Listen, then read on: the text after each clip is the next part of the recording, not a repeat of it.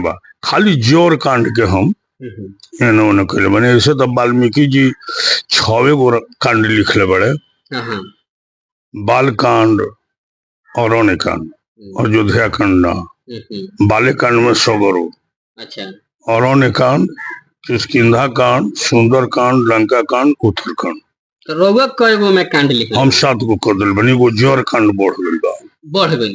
जैसे कि रामायण में जो चौपाई होत रहे, तो ओकरा के भोजपुरी में कौना तरीका से ओकरा के ट्रांसफर करे? हम ओकरा के ट्रांसफर कैले बनी।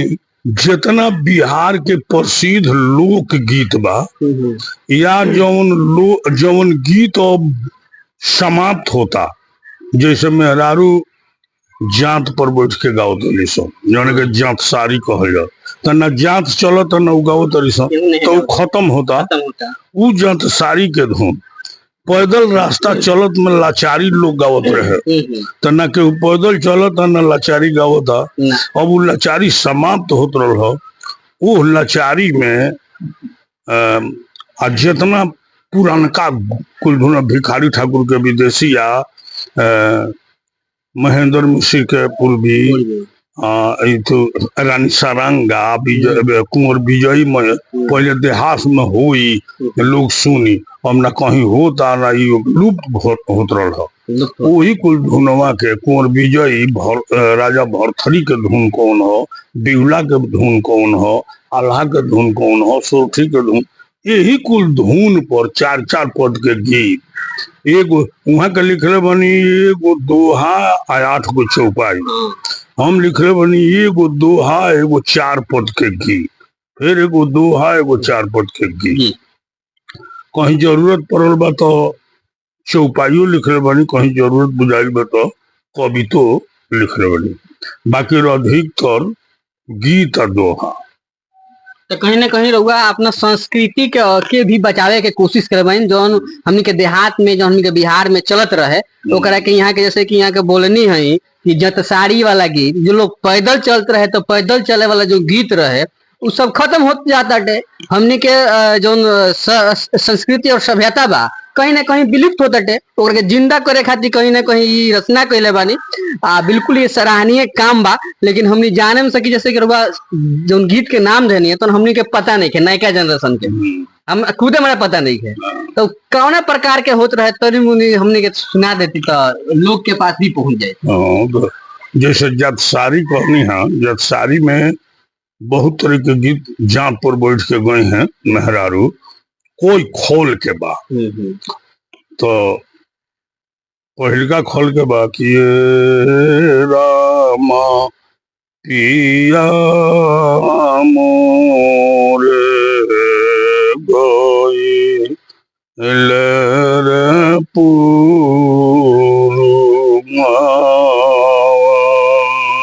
तो दुआरा पर बिछिया राम और यह धुन गाई। एगो ई धुन हो, एगो धुन मोरा पी छुरिया राम अरे चंपावा के गछिया की। इहो जतसारी के गीत हो। एगो जतसारी के गीत बा कि पानी भर गइलो राम पाखा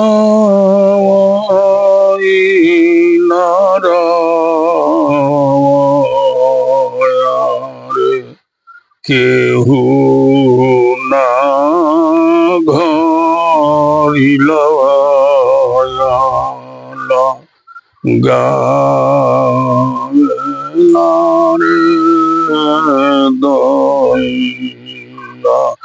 मर्द लोग 16 मात्रा में बना के गावेला, जौन जतसारी औरत लोग के हो उ लोग 6 मात्रा में गावत रहो। तो मर्द लोग गावेले कि सुताला में रहनी रे भारा सैया संग हो से जिया यही गीतिया के औरत तो जात पर गाइलो कि सुताला में रहनी रे भावारा सोइया संग हो से जिया सुनोनी सा पानवारे भावारा सैया गइल हो चोरिया। इ तो जतसारी के हो गई। पैदल रास्ता चलत में जब गाई लो आ चलत रहिलो रास्ता कटावे खातिर गाई लो गलियान गलियान घूमेला सोनारवा डेढ़वा डोलल सोनारा गोरी के अंगनवा डेढ़वा डोलल डेढ़वा तो डोलल सोनारा कोयला धो धको बोले जोरे लगले गोरिया के कंगनवा जोरे लगले। ई रास्ता चलत में जतारी लोकगीत गाई ये सब तो खत्म हो गइल बाटे, सुनने के नहीं मतलब देख अब पुरनका लोग भी अब भुला गइल बाटे कल्चर के अपना। नया लोग जानते नहीं, अब नया लोग के जरूरत नहीं के, वो लोग मोबाइल से समाज नहीं के, कहीं ना कहीं मोबाइल लिखा गल जनरेशन के हमनी के। तो ई तरह लिख लेनी ओकरा बाद छपाइल उपाइल कहाँ लाइक कमल प्रेस से छपाइल भाई कमल प्रेस में छपाइल बा। एकरा के छापे खातिर अब देहात में भी हमरा बुझात ना रहे। अच्छा लेकिन भगवान के काम हम भगवान के नियो से काम करावे खातिर भेज देले। हम लिख के बैठल रहनी जे केंग छपाई केंग। तब तक ले सिवान के एगो कलेक्ट्रेट में काम करे वाला सिधवल के कैलाश जी एगो छोटी चुकी किताब लिखले रहे दया धर्म का दया विश्व का सबसे उत्तम धर्म है। ओकर लोकार्पण रखल रहे। तो लोकार्पण में हमारा के स्वागत गीत गावे खातिर अच्छा निमंत्रण कैले।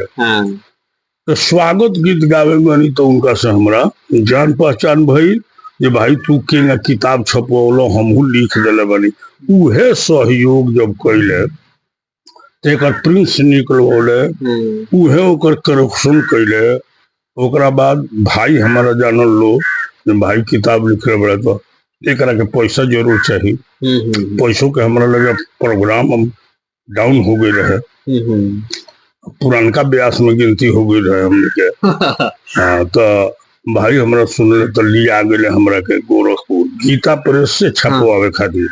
लेकिन गीता प्रेस वाला लोग कहल कि हमने के जो पहले से छापत तनी सन वही में हैरान बनी सन। उतने छापिले सन, नया किताब ना छापिले सन। वही लोग से पूछाई तो लोग बतलाओ जो दुर्गा बाड़ी में कमल प्रेस बा चल जाए वही हम बतलाओ भेंट भइल बात भइल। तो हमनी के कलम से जो लिखले रहनी तो 1000 पेज रहे। तो कहनी कि जब छपाई तो 700 हुई 700 के हिसाब जोड़वनी से तो 2,11,000 बतलवल है। लेकिन जब छपाए लगल तो किताबों के डायरिया के किताबों सही से किताबों छोट हो गई तो 1906 पेज हो गई। अच्छा तो अब हिसाब जो रही तो 3 लाख पौने 4 लाख के करीब में ही हो गई। अच्छा तो भाई हमारा बोल तो ई कब छपाइल बाटे ई जोन बीतल हो हमरा तो लोकार्पण ही करावे के रहे 22 फरवरी जो अयोध्या के रहे वही पर बाकी प्रेस वाला ना तैयार होके पौले।